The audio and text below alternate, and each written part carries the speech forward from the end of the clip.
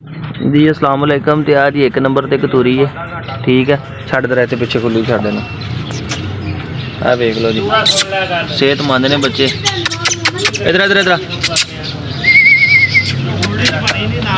Pink knows दे विच है, खुली गई पहले दिन छड़ी, बाकी थले फिरदियां पईयां वेखो। बाकी कतूरियां तुहानूं वन बाय वन विखाउने हैं जी।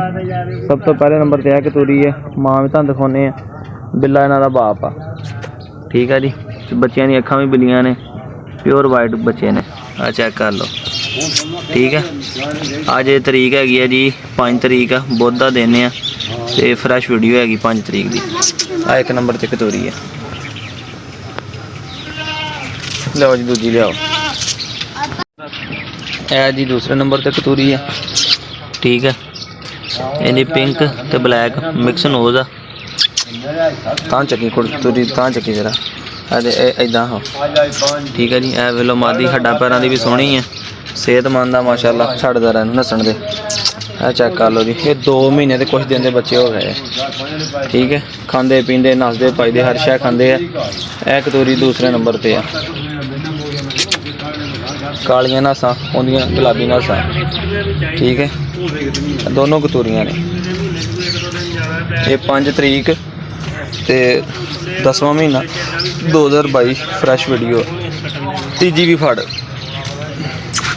तो तीसरे नंबर पर है जी पिंक नोज वाली मादी है, ठीक है। तो गल च जिंदे डोरी पाई हुई है काली। ये होगी अज जी 5 तरीक 10वां महीना 2022 फ्रैश वीडियो आ। तीसरे नंबर पर मादी छड़दे पई, ठीक है। ये औ लत्त की जे छाल मार के थले, ये आ भी आ गई थले। ए मादी ए मादी तीसरे नंबर पे ए कतूरियां जे, ठीक है जी। 3 कतूरियां देनियां, एक भाई ने आप रखनी है। तो ए इन्हां दी मां वा बच्चियां दी, ठीक है।